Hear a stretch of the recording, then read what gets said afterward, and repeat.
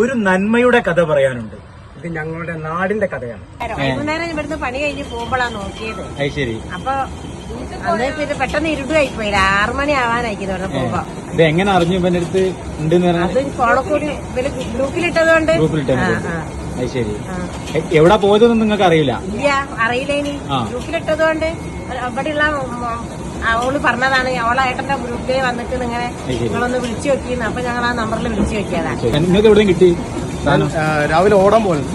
ഓടാൻ പോകുന്ന സമയത്ത് ഈ നമ്മളെ കച്ചേരി റോഡില് സൈഡിൽ ഇങ്ങനെ ഓടുന്ന സമയത്ത് കണ്ട പെട്ടെന്ന് പിന്നായം പോലെ കണ്ടതാ.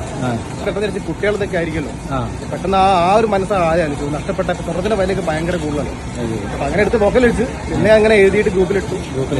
അത് വിളിച്ചാലേ എന്തായാലും ഉഷാർ തന്നെ. അപ്പൊ ഇത് എല്ലാവർക്കും കിട്ടിക്കഴിഞ്ഞാൽ ഇത് കൊടുത്തോളണമെന്നില്ല. അങ്ങനെയാണല്ലോ അപ്പത്തെ സ്വർണ്ണത്തിന്റെ വിലയൊക്കെ നോക്കുകയാണെങ്കിൽ അല്ലേ?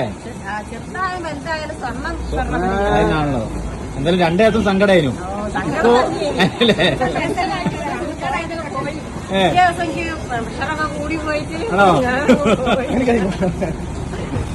ഇവിടെ വന്ന് സങ്കടം പറഞ്ഞിനോ?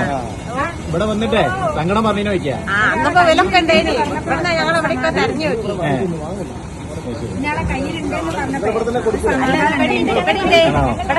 ഞങ്ങൾ വാങ്ങിക്കുന്നു.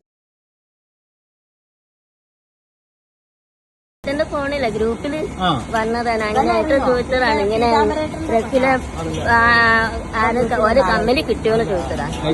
അപ്പൊ ഞാൻ ഇവിടെ വന്ന് പറഞ്ഞ ഇങ്ങനെ ഫോണില് ഇങ്ങനെയൊരു സംഭവം ഉണ്ട്, നിങ്ങൾ ആ നമ്പറായിട്ട് ബന്ധപ്പെട്ട് നോക്കി. അങ്ങനെയാണ് ഗ്രൂപ്പിൽ ഇട്ടേനൊക്കെ ആ ഗ്രൂപ്പിലിട്ട് അങ്ങനെ ഇങ്ങനെ ഒരു ഞാൻ ഇവിടെ വന്ന് പറഞ്ഞ ഇങ്ങനെ ഒരു സംഭവം ഉണ്ട്, നിങ്ങളൊന്ന് അന്വേഷിച്ച് നോക്കി നമ്പറായിട്ട് ബന്ധപ്പെട്ട് നോക്കിന്ന് പറഞ്ഞ് അന്നേരാണ്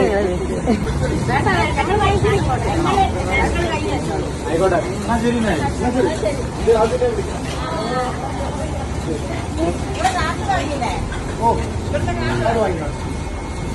അപ്പോ അഖിലിന് എല്ലാവിധ അഭിനന്ദനം അറിയിക്കുകയാണ്. ഇനിയും ഇങ്ങനത്തെ നന്മ നിറഞ്ഞ പ്രവർത്തനങ്ങൾ നടത്തണം. ഓക്കെ. അപ്പൊ അഖില് നമുക്ക് എല്ലാവർക്കും ഒരു മാതൃകയാണ്. ഇതേപോലെ തന്നെ ഉള്ള ആളുകളാണ് ഇന്ന് സമൂഹത്തിന് ആവശ്യം. ഓക്കെ. പുതിയൊരു വീഡിയോയുമായി വീണ്ടും കാണാം. നന്ദി, നമസ്കാരം.